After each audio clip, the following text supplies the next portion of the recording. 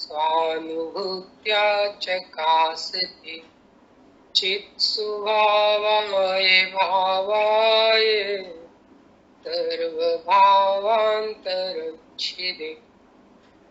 वन्दितु सर्वसिद्धे उवमचल्मणो वमं गदिं पत्ते ओछामि समय पाहुड विडमोसुद केवली भणिदम। समयसार ग्रंथादिराज, इसका स्वाध्याय आप निरंतर कर रहे हैं। 215 गाथा तक की आपकी यात्रा हो चुकी है और इन 215 गाथाओं में आपने वह सब अभी तक स्वाध्याय में जाना है जिसमें ब्रह्मांड के भाव समाये हुए हैं। लगभग 144 श्लोक और 215 गाथाएं। यह कुंद आचार्य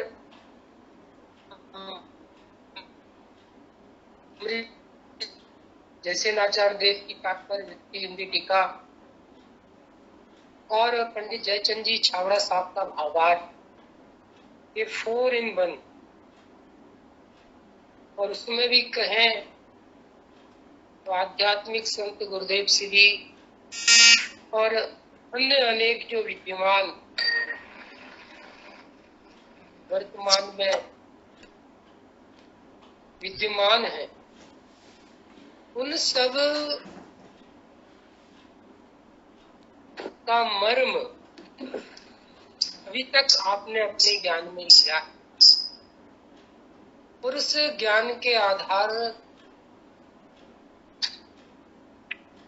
के बाद में हम इस 216वीं गाथा का स्वाध्याय आज कर रहे हैं। इसका मतलब यह है कि आपके ज्ञान में इतनी परिपक्वता आई है, इतनी प्रौढ़ता आई है, वह आपका ज्ञान इतना स्ट्रांग हो गया है कि जो चर्चा अब हम करेंगे वह चर्चा आपको सहज ही आत्मसात होगी और उस चर्चा के निर्णय पूर्वक हमारा ज्ञान सहज शांत होगा। इस गाथा के अनुसार कहें तो वो निकांचित गुण का धारी होगा। उसमें से अनादिकाल की मिथ्या कांक्षा भी 4 प्रकार की है। सबसे पहले मिथ्या कांक्षा का अभाव होगा।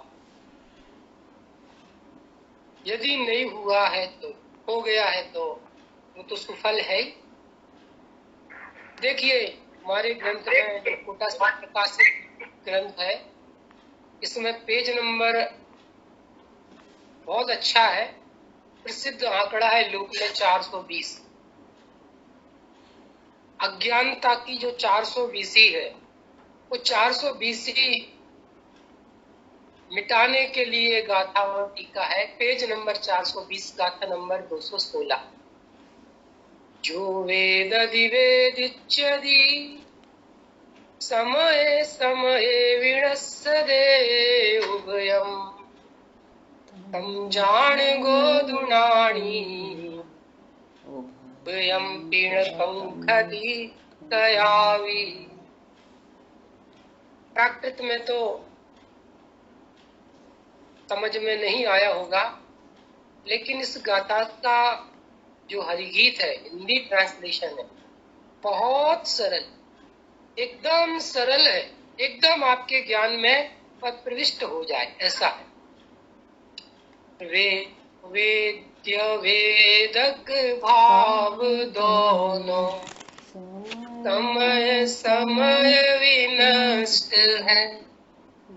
अर्थ नहीं करना पड़ेगा, इतना सरल है। वेद्य वेदक भाव दोनों समय समय विनष्ट है। एक बार फिर पढ़ गए। वेद्य वेदक भाव दोनों।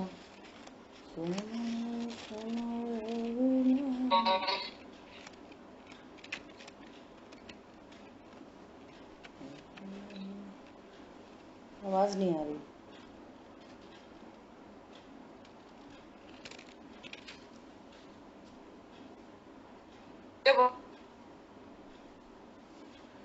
और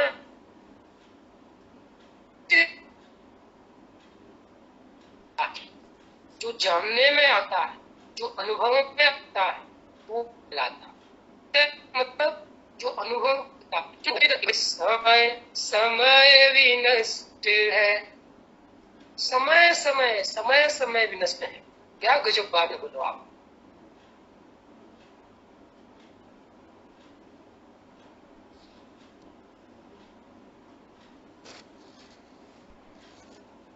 आवाज ब्रेक बनेगी। हम जो हमारे पास समय है, इसमें देखते हैं इस गाथा टीका भावार्थ। कदापि न उभय की कांक्षा करे, और वह ज्ञानी, वह तत्व निर्णय करने वाला उभय की वांछा कांक्षा इच्छा चाह नहीं करता। उभय की मतलब न वेद की न वेदक। गजब हो गया। न वेद की न वेदक, ना में वेद से मतलब है न वेदक से मतलब है। बड़ी गजब की बात है। गाथार्थ पर चर्चा करने के पहले वेद और वेदक का स्वरूप समझना अत्यंत आवश्यक। प्रश्न है, वेद्य कौन है? स्टार्टिंग हमने की थी।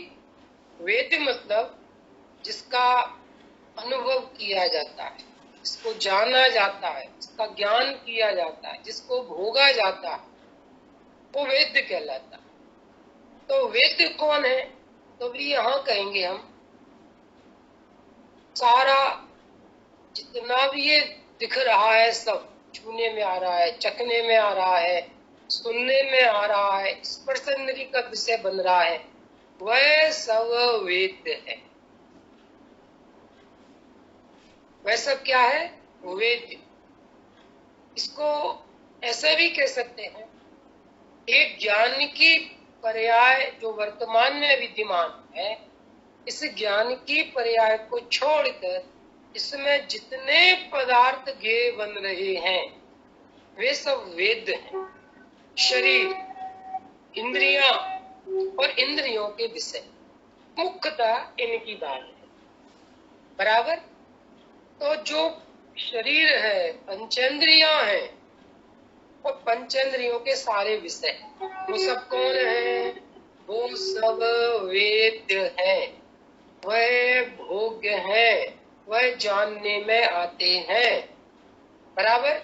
उनका रस लिया जाता है, उनका स्वाद लिया जाता है। शब्दों के माध्यम से वेदन होता है, रसनेंद्रिय के माध्यम से रस का वेदन होता है। तो ये सब वेद है। बराबर। थोड़ा सा ऐसा वर्गीकरण करें कि दुकान मकान पत्नी बच्चे ये सब वेद हैं। अशुभ रूप वेद हो गए। देव शास्त्र गुरु पंच परमेष्टि, ये भी जो समय सार की चर्चा आप सुन रहे हो, ये गाथा, ये क्या है? ये क्या है? ये वेद्य है। कर्णेंद्रिय के माध्यम से समय सार की गाथा को आप सुन रहे हो, ये वेद्य है। क्या है ये? वेद्य। ये भोग्य है, ये भोग्य है, इसका हम भोग कर रहे हैं। बराबर। एक अशुभ रूप वेद, एक शुभ रूप वेद, लेकिन दोनों वेद हैं। बराबर। इस गाथा में इस बात की मुख्यता है, लेकिन अकेली नास्ती नास्ती तो होती नहीं है, अस्ती भी होती है। बराबर। हम अंदर जाएंगे तो आत्मा भी वेद्य है। क्या कहा? सामान्यपन ये बात चलती है, आत्मा तो वेदक है, आत्मा तो भोगता है। लेकिन गजब बात यह है कि आत्मा भी वेदक नहीं है। आत्मा भी भोक्ता नहीं है, आत्मा भी वेद्य है, आत्मा भी भोग्य है। शुद्धात्मा, अविनाशी आत्मा, हम चर्चा करेंगे भी सरलता से, ये भी वेद्य है। तो इस दुनिया में 3 तरह से वेद्य का वर्गीकरण हुआ। एक दुकान मकान घर गृहस्थी शरीर पंचेंद्रिय इनके भोग, एक पंच परमेष्टि दर्शन पूजन पाठ स्वाध्याय, ये 2 शुभ रूप है। तीसरा शुद्ध आत्मा, बराबर, ये भी वेद। क्लियर हुआ? अब प्रश्न ये है कि वेदक कौन? क्या कहा? वेदक कौन है? सामान्य उत्तर आता है मैं वेदक। मैं मतलब कौन? मैं मतलब तो मनुष्य है, स्त्री है, पुरुष है, कान है, आंख है, बाल है। नहीं, आत्मा। अब आत्मा में द्रव है, गुण है, पर्याय है, कौन वेदक है? आप कहोगे द्रव और गुण वेदक नहीं है, तो पर्याय में बहुत चीजें हैं। सहज ज्ञान है, विशेष ज्ञान है, मोह राग द्वेष है, मिथ्या दर्शन, कौन वेदक है? तो वर्तमान की तरफ से उत्तर आएगा जो वर्तता हुआ क्षणोपसमिक ज्ञान है वो वेदक है। एक इंद्रिय के पास भी है वेदन करने वाला ज्ञान है, 2 इंद्रिय के पास भी है, 3 इंद्रिय के पास भी है, 12वें गुण स्थान तक कोई जीव हो चारों गति में, सबके पास विशेष वर्तता हुआ ज्ञान है और वो है वेदक। यदि हम ऊपर ले जाए 13वें गुण स्थान, 14वां गुण स्थान और सिद्ध भगवान, तो 13वां गुण स्थान, 14वां गुण स्थान और सिद्ध भगवान, उनके पास वर्तता हुआ केवल ज्ञान, तो केवल ज्ञान है वेदक, केवल ज्ञान वेदक है। अब उनका वेद क्या बन रहा है वो चर्चा हम बाद में करेंगे, लेकिन वर्तता हुआ ज्ञान वो हर समय वेदक रहेगा। विशेष ज्ञान, अब वो मति ज्ञान हो, पृथक ज्ञान हो, अवधि ज्ञान हो, मनःपर्य ज्ञान हो या केवल ज्ञान, या कुमति हो या कुश्रुत हो या कुअवधि, ज्ञान की 8 पर्याय है, ये वेदक है। क्या आप नोट कर सकते हैं? वेदक के स्थान पर विशेष ज्ञान, विशेष ज्ञान मतलब ज्ञान की वर्ती हुई 8 पर्याय, वो कहलाती हैं वेदक। और वेद क्या है? उस ज्ञान को छोड़कर दुनिया में जो कुछ भी है अंदर बाहर कहीं भी हो वो सब है वेद्य। इतना भाव ख्याल में आया? गाथा देखिए, जो भाव वेदन करता है अर्थात वेदक भाव अर्थात ज्ञान की पर्याय। देखो, जो भाव वेदन करता है, जानता है, भोगता है, फीलिंग करता है, एहसास करता है, तो वेदक भाव। और जो भाव वेदन किया जाता है, क्या कहा? जो भाव वेदन किया जाता है। कौन सा भाव वेदन किया जाता है? जो भाव। अब जो भाव में शरीर, इंद्रियां, इंद्रियों के विषय, दुकान मकान पत्नी बच्चे, व्यवसाय गुरु, यहाँ तक कि ये समय सार की गाथा टीकाएं पढ़ना पढ़ाना, और उसके आगे द्रव गुण पर्याय, शुद्धात्मा, ये सब ये क्या है? ये जो भाव वेदन करता है वो ज्ञान, और जो वेदन में आता है ये सब वेद्य भाव। तो जो भाव वेदन करता है मतलब ज्ञान, जो भाव वेदन किया जाता है अर्थात वे दोनों भाव समय समय पर नष्ट हो जाते हैं। गजब बात। देखो, आप लोहा तोलना हो, सब्जी तोलना हो, कोई भी तराजू चल जाएगा, कोई दिक्कत नहीं है। अरे चांदी तोलना हो तो भी चल जाएगा, सोना तोलना हो, और हीरा तोलना हो, कैसा कैसा वो इलेक्ट्रॉनिक आजकल, वो ग्लास के अंदर पैक है बिल्कुल, कैसा तराजू चाहिए। ऐसे ही यहाँ पर क्या है आचार्य, वे दोनों भाव समय समय पर नष्ट हो जाते हैं। समय समय समय समय नष्ट, लोक कर्म, द्रव्य कर्म, भाव कर्म, सब समय समय नष्ट होता है। ये थोड़ा सा समझने का विषय। देखो आपको एक दृष्टांत है, जैसे सुमेरु पर्वत, अकृत्रिम जितनी रचना है, जिन मंदिर है, सपोज करो आप अभी, हम चौथे काल में हैं, हम सबके पास विद्याएं हैं, हम विद्याधर हैं, और अभी हम विद्या के बल से पंचमेरु की वंदना कर सकते हैं जाके कुछ ही मिनटों में। हम सुमेरु पर्वत पर गए, वहां पर किसी वन में गए और वहां पर स्थित जिनालय में गए, तो वो जिनालय अकृत्रिम अनादि अनंत है। वहां पर जो 108 प्रतिमाएं हैं वो भी अकृत्रिम है, 500 धनुष की फिक्स है, स्थित है, स्थायी है, अचल है, बराबर।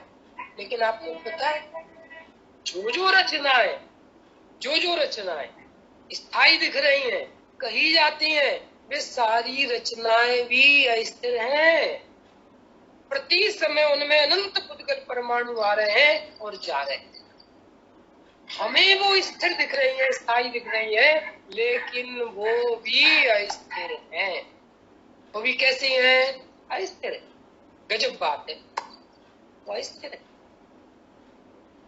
और स्थूल दृष्टांत है, परिचित आपका बेटा, आपकी बहन, आपकी सहधर्मिणी, ये हम देख रहे हैं, 5 साल देखते हैं, उनका उठना बैठना, खाना पीना, चलना, चेहरा एक सा है। या ये सब विवाह अर्थ पर्याय है। इसमें जो चर्चा है वो अर्थ पर्याय की चर्चा है, विवाह अर्थ पर्याय की चर्चा है। जितने भी पंचेंद्रिय के विषय, जितने भी भोग हैं, ये सब क्या है? ये सब विवाह अर्थ पर्याय है, विवाह व्यंजन पर्याय है। ये एक एक समयवर्ती है, क्षणिक है। इसलिए आचार्य कह रहे हैं जो ज्ञान है जानने वाला वो भी अस्थिर है, वो भी एक समयवर्ती है। इसको आप ले जाओ, एक इंद्रिय निगोदिया का ज्ञान और केवल यानी परमात्मा का ज्ञान, बोलो सब कैसे है? अस्थिर है, सब अध्रुव है, सब अनित्य है, सब क्षणभंगुर है। क्लियर हुआ? तो वेदन करने वाला अनित्य है, एक समय का। क्लियर हुआ? वेदन करने वाला, भोगने वाला। और जो वेदन में आता, जिसका हम भोग करते हैं, बराबर, वो आचार्य कह रहे हैं वे भी एक समय के हैं, क्षण के हैं, स्थायी नहीं है। ऐसा हम तो गए उस बगीचे में, गार्डन में 1 घंटे बैठे रहे, क्या सीनरी थी, क्या फिल्म थी, क्या पंचेंद्रिय के भोग थे, और वहीं पे म्यूजिक था, वहीं पे भोजन था, वहीं पे सारे घर के परिवार के रिश्तेदार आ गए थे, और हमने क्या दिन भर एंजॉय किया। वही था, सब वही लोग थे, सभी स्थित थे, सब अचल थे, सब नित्य थे, दिन भर हमने भोग किया।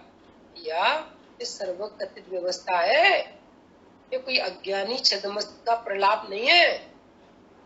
स्थूल दृष्टांतों से उस सूक्ष्म सिद्धांत को समझाएंगे तो, लेकिन बात सूक्ष्म है, उस बात का आपको भाव वासन करना पड़ेगा। और स्थूल दृष्टांतों से भी उस प्रयोजन की सिद्धि हो जाएगी जिस प्रयोजन तक हमें आपको ले जाना। बात समझ में आई? तो क्या कहा? जो भाव वेदन करता है, जो भाव वेदन किया जाता है, ये दोनों भाव समय समय पर नष्ट हो जाते हैं। उनका एक समय का कॉन्ट्रैक्ट है, उसके बाद वो हट जाता है, नया संबंध जन्म लेता है, भोक्ता भोग, वेद वेदक। ऐसा जानने वाला ज्ञानी सर्वज्ञ भगवान के द्वारा जो जिनवाणी हम तक आई, जो वस्तु स्वरूप हमें मिला, इस जिनवाणी के माध्यम से, इस द्रव्य श्रुत के माध्यम से, जिसके ज्ञान में ऐसा भाव वासन हो जाता है, सच्चे ज्ञान में ऐसा निर्णय हो जाता है, अनुभव हो जाता है, ऐसा जानने वाला नई दुनिया में पहुंच जाता है। नई दुनिया की बातें, ज्ञानी उन दोनों भावों की गजब हो गया। वेदक की मतलब ज्ञान की, शौक्षमिक ज्ञान की, खंड ज्ञान की, दोनों भावों की, अरे क्या कहें, केवल ज्ञान की, कभी भी वांछा नहीं करता। वेदक की भी वांछा नहीं करता और वेद की भी वांछा नहीं,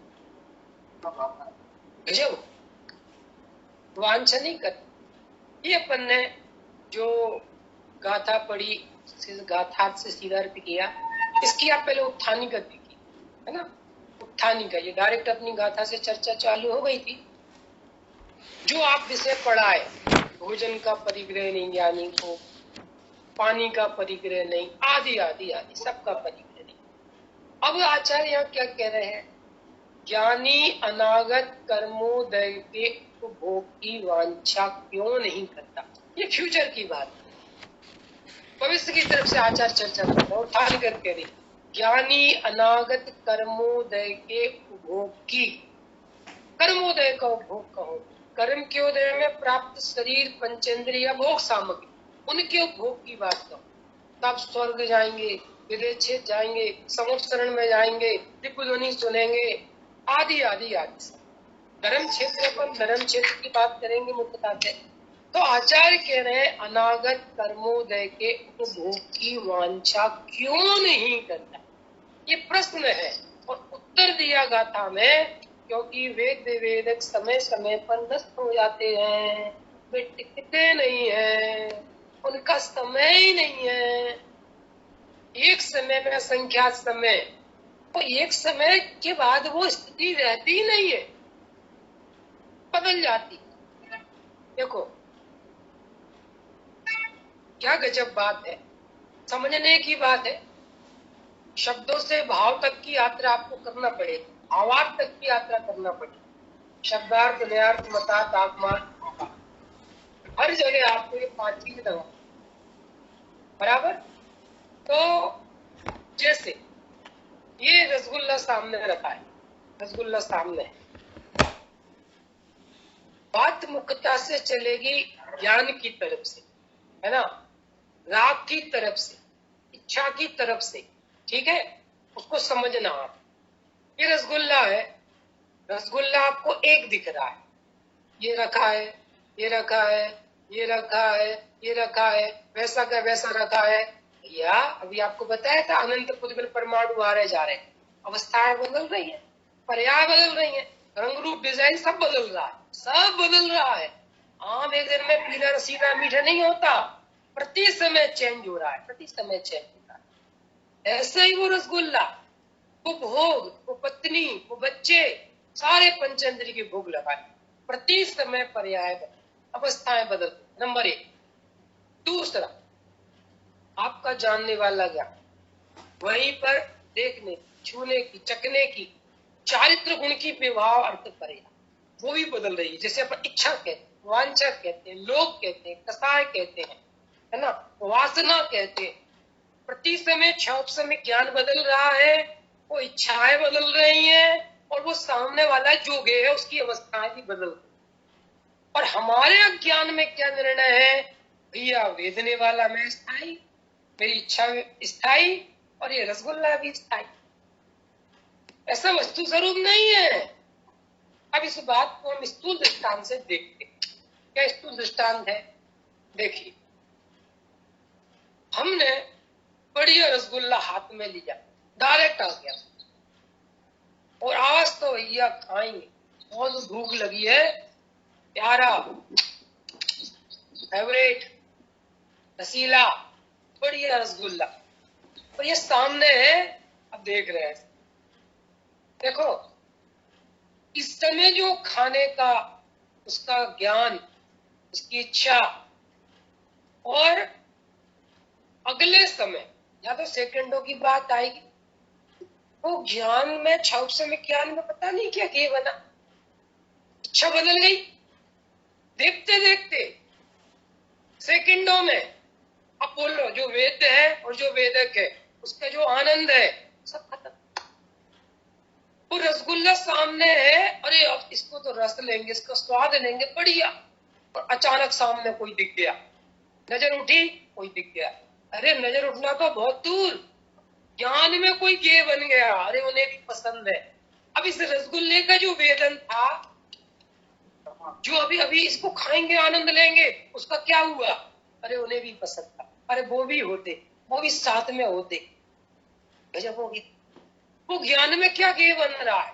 अब वो इच्छा हो गई, वो होते, वो खाते, वो भी साथ में होते और मजा आता, गजब है। और मुंह में रखा, वो पता नहीं क्या याद आ गई। वो थोड़ा सा मीठा कम लगा, वो थोड़ा सा कड़क था, हो सकता है कुछ तो ज्यादा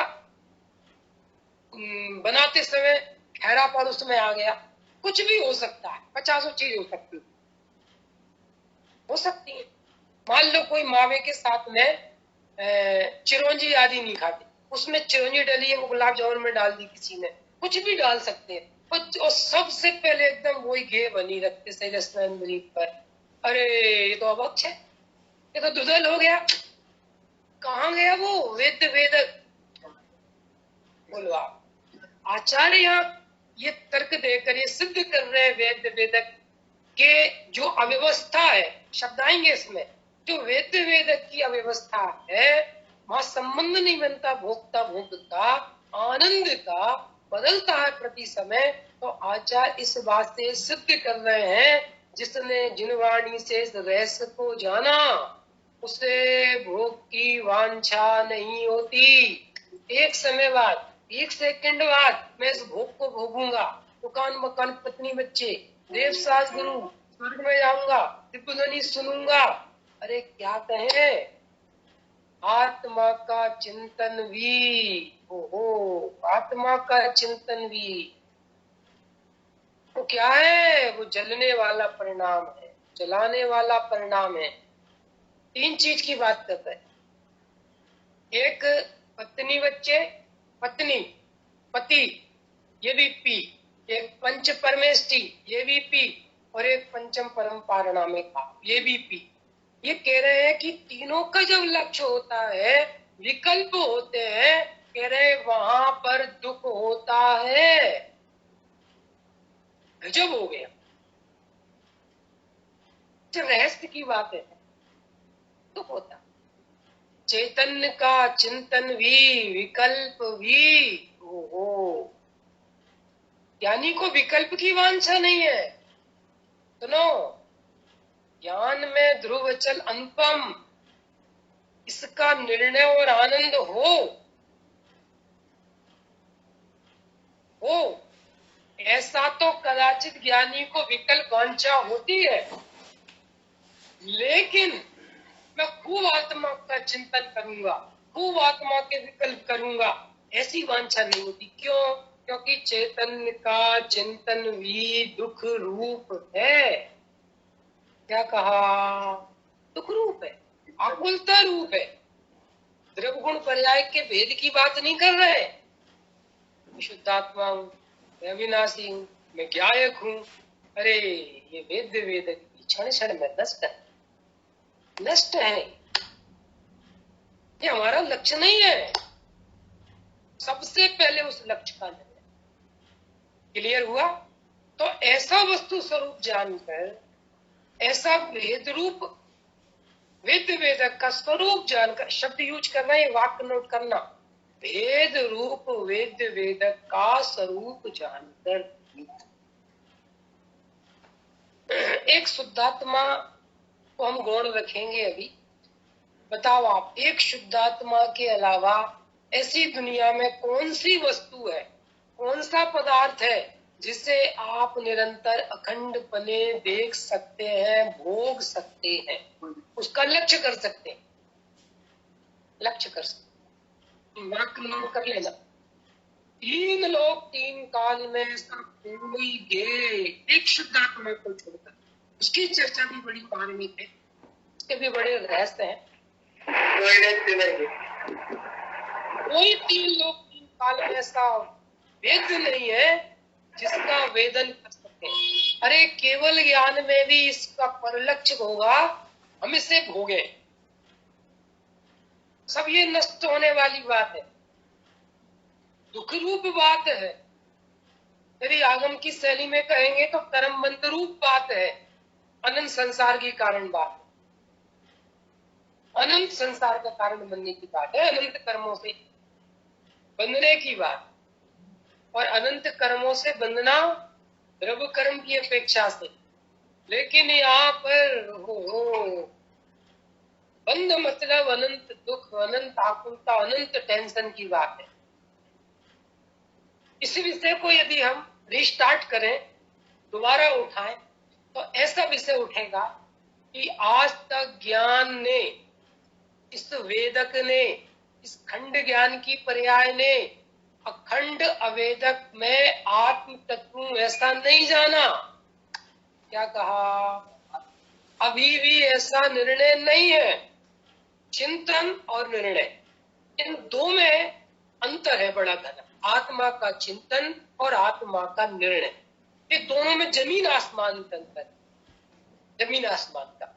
तो आज तक ज्ञान ने, खंड ज्ञान ने, औपसमिक ज्ञान ने मैं अखंड न्यायक हूं ऐसे इस गाथा की तरफ से चर्चा करेंगे तो अवेदक आत्मा हूं ऐसा वेदन नहीं किया। क्या कहा? खंड ज्ञान की पर्याय ने, इस वेदक ने मैं अखंड अवेदक तत्व हूं, क्या शब्द यूज कर रहे हैं? अवेदक तत्व हूं ऐसा आज तक वेदन नहीं किया। वेदन नहीं किया तो फिर क्या हुआ? पर लक्ष्य बना है। तो पर लक्ष्य में नो कर्म मुक्तता से, नोट कर लेना, एक पूरा वाक्य बोल रहे हैं। ज्ञान की पर्याय ने पर लक्ष्य किया। पर लक्ष्य किया मतलब शरीर, इंद्रियां, इंद्रियों के विषय, इनका लक्ष्य किया तो इनके लक्ष्य पूर्वक वेदन में दुख ही आया। क्या वाक्य बोला? क्या वाक्य बोला? Very very important.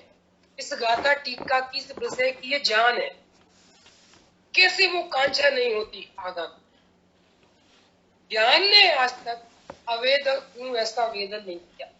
जीव द्रव अवेदक, अनंत गुण अवेदक और मेरा सहज ज्ञान मेरी पर्याय भी अवेदक। नोट कर लेना, अस्ति में 3 चीज, द्रव अवेदक, अनंत गुण धर्म शक्तियां अवेदक, सामान्य विशेष गुण और ज्ञान स्वभाव मेरी पर्याय, मेरी ओरिजिनल पर्याय, ये भी अवेदक। ज्ञान ने आज तक ऐसे अपने अवेदक के स्वरूप को नहीं जाना। क्या हुआ? पर लक्ष्य बना है। तो लक्ष्य होता है पर का, और वेदन होता है ज्ञान की पर्याय में अनंत दुख का। क्या कहा? बड़ा मार्मिक विषय है। वेदन किसका होता है ज्ञान की पर्याय में? अनंत दुख का, अनंत दुख का वेदन होता है। एक वाक्य आप नोट करना, संसार में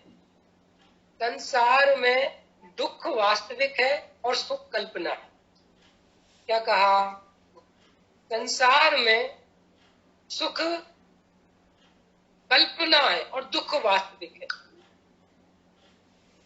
क्यों है ऐसा? क्यों है ऐसा? क्योंकि ज्ञान में पर का लक्ष्य है। पर का लक्ष्य का नाम है संसार। पर लक्ष्य में इंद्रियां, शरीर, इंद्रियों के भोग। तो लक्ष्य पर का है, और जब लक्ष्य पर का है तो मैं मनुष्य हूं, मैं पंडित हूं, प्रवचनकार हूं, बहुत अच्छे प्रवचन करता हूं, मैं श्रोता हूं, मैं अच्छा श्रोता हूं, मैं बुरा श्रोता हूं, मैं जन्मा हूं, मैं मर जाऊंगा। ये जो पर का लक्ष्य है, अर्थात ज्ञान में जो ज्ञान वेदन करने वाला वेदक है उसमें ये बसा है। लक्ष्य पर का तो अज्ञानता, भ्रांति और निरंतर भय, आकुलता, शोक, क्रोध, मान, माया, लोभ, ये संसार, इसको संसार कहते हैं। ये दुख का ही वेदन है। संसार में दुख वास्तविक है और सुख कल्पना है। पंच परमेष्टि के लक्ष्य में भी द्रवगुण पर्याय के भेद के लक्ष्य में भी और निर्णय के बिना आत्मा के लक्ष्य में भी, चिंतन में भी इस जीव को दुख का ही वेदन हुआ। गजब हो गया, दुख का ही वेदन हुआ। दुख वास्तविक है और सुख कल्पना है। आत्मचिंतन में भी सुख नहीं मिला, सुख नहीं मिला। बड़ी अद्भुत बात है, बराबर। तो जब ऐसा रहस्य ज्ञान जानता है तो वह आगामी हम आत्मा का चिंतन करेंगे, खूब चिंतन करेंगे। नहीं नहीं नहीं, त्याग दी वांछा, कांक्षा नहीं है। हम बहुत दर्शन पूजन पाठ स्वाध्याय करेंगे। भैया वेद समय एक समय में नष्ट हो जाता है, वो स्थायी नहीं है, वो सुख रूप नहीं है, वो संवर निर्जरा रूप नहीं है, वो मोक्ष रूप नहीं है। हमें उसकी वांछा नहीं है, निर्णय हो गया। और दुकान मकान पत्नी बच्चे पंचेंद्री के भोग, इनकी कौन कथा, इनकी तो बात ही नहीं है। इनकी तो बात ही नहीं है। बात समझ में आई?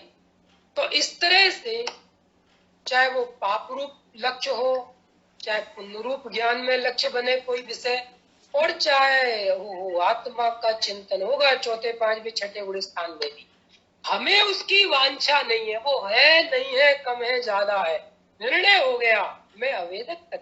देखो अभी तक नहीं हुआ था, लेकिन अब आगम युक्ति से दृष्टांतों से निर्णय किया मैं तो परम अवेदक तक, अभोक्ता तत्व हूँ। समय सार की 320 गाथा आएगी। ओ अकारक और अवेदक, कौन तत्व हूँ मैं? अकारक और अवेद्य तत्व। और भेद से द्रव्य गुण पर्याय संख्यात प्रदेश अवेदक है। पर भैया वेदक वेदन कहाँ होता है, पर दुख कहाँ होता है? ये तो प्रत्यक्ष आप ही बोल रहे हो भी, जो ज्ञान पर का लक्ष्य करता है दुख का वेदन होता है। जैन शासन सत्य सरल संक्षिप्त और सुखदायी है। देखो आपको बताते हैं कैसे सत्य सरल संक्षिप्त सुखदायी। ज्ञान ने लक्ष्य किया मैं अमित हूँ, जन्मा हूँ मर जाऊंगा, ये ज्ञान में लक्ष्य हुआ। अब क्या होगा? ये ज्ञान में लक्ष्य बना, वहीं पर वो अज्ञानता जन्मा हूँ मर जाऊंगा, भ्रांति मिथ्या दर्शन जन्मा हूँ मर जाऊंगा, भय प्रति समय अनंतानुबंधी जाति का वेदन चल रहा है। भय भय भय भय, मर जाऊंगा मर जाऊंगा मर जाऊंगा चल रहा है। सत्य सरल सुखदायी कैसे है? जैन दर्शन। अब जिनवाणी मिली, ये श्रुत पंचमी आई, और श्रुत पंचमी में पता चला मैं तो पंचम परम पारणामिक भाग हूँ, अविनाशी आत्मा हूँ। ज्ञान में अविनाशी आत्मा का निर्णय, चिंतन नहीं, डायरेक्ट चर्चा कर रहे हैं। समय आपका हो गया। मैं अविनाशी आत्मा हूँ, इसी को अवेदक कहेंगे। ये विशेषण बदलते हैं। मैं अवेदक अविनाशी आत्मा हूँ, ऐसा निर्णय हुआ।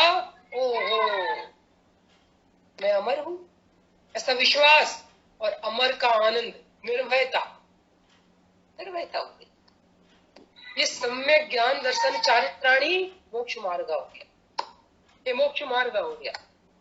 सत्य सरल संक्षिप्त सुखदायी, सत्य है बात, अवेदक अविनाशी हूँ, सरल है एकदम, पर्याय बदलती है, मैं नहीं बदलता। संक्षिप्त हो गई जरा में बात, एकदम शॉर्ट और सुखदायी, आनंद आ गया, निर्भयता हो गई। लक्ष्य गायक का, अविनाशी का, ओहो, लक्ष्य अविनाशी का और निर्भयता का वेदन क्या। देखो आप, गजब बात है। ये सत्य सरल संक्षिप्त सुखदायी है।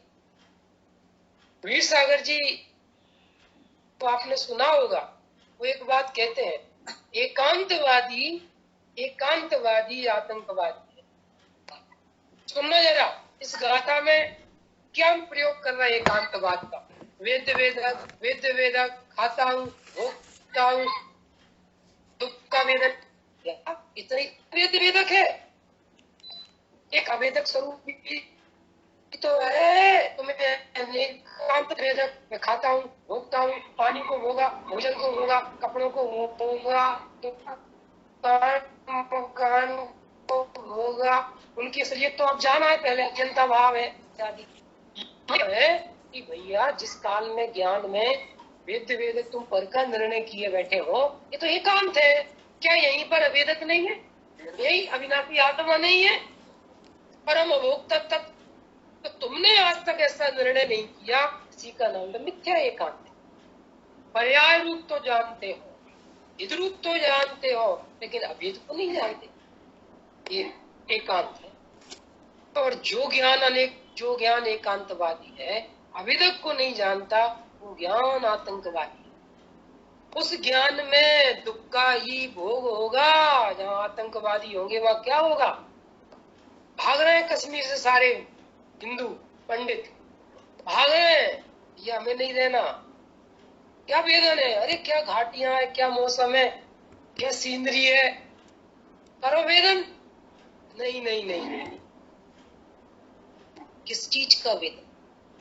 तो इस तरह से जब ज्ञान अनेकांतवादी बनता है, ये है लेकिन ये मेरा त्रैकालिक स्वरूप नहीं, आश्रयभूत स्वरूप नहीं है, मैं तो अकारक वेदन, परम भोक्ता तत्व, अहोचित परम भोक्ता नाथ। और जब ज्ञान में ऐसा ज्ञायक का लक्ष्य होता है, और वही पर्याय में उस अवेदक का ज्ञान, विश्वास और आनंद होता, ये असली वेद वेदक, ये मोक्ष मार्ग में जिसे वेद वेदक कहेंगे, चिदानंद रसपान, ये सम्यक जन्म होता है।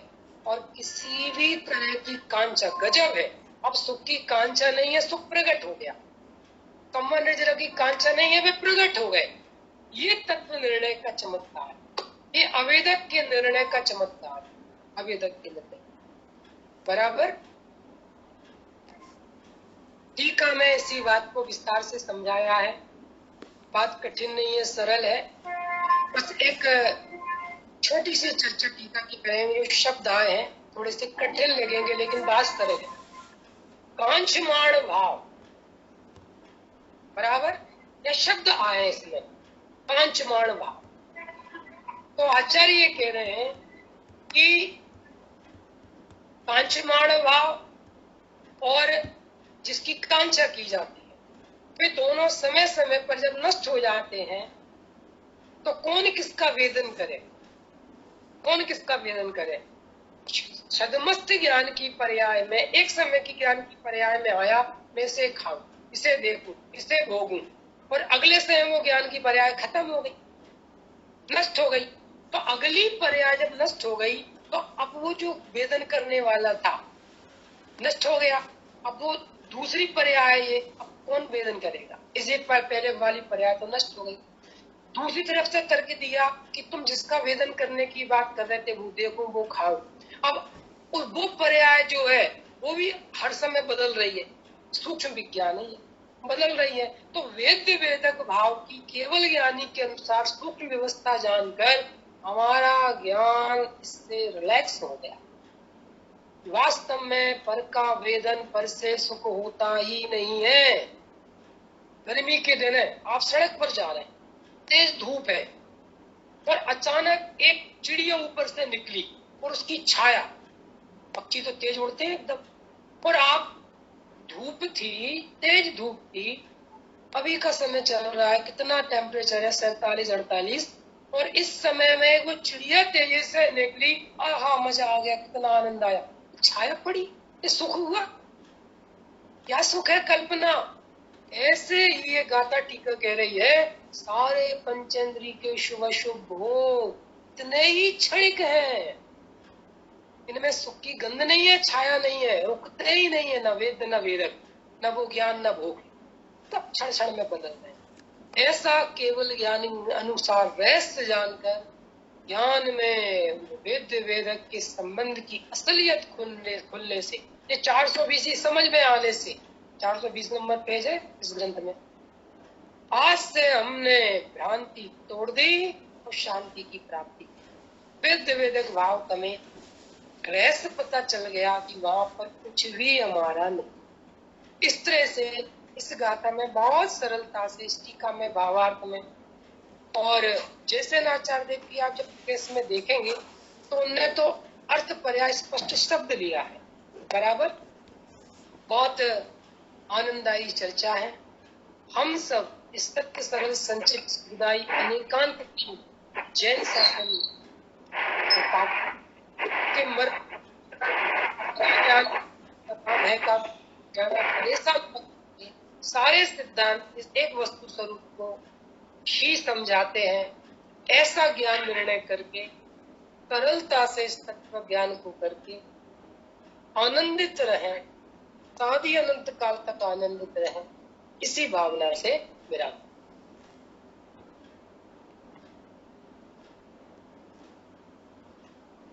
भैया जी बहुत बहुत आभार। हम सभी लोगों ने वेदक भाव को समझने की कोशिश की होगी, ऐसा पूरा विश्वास है। और यदि आज अपनी स्पेशल क्लास है तो यदि आपके पर्सनल कोई प्रश्न हो या कोई कुछ पूछना चाहता हो तो अपन 5-10 मिनट के लिए चर्चा को आगे बढ़ा सकते हैं। किसी का कोई प्रश्न है तो पूछ सकते हैं भैया से। भैया आपने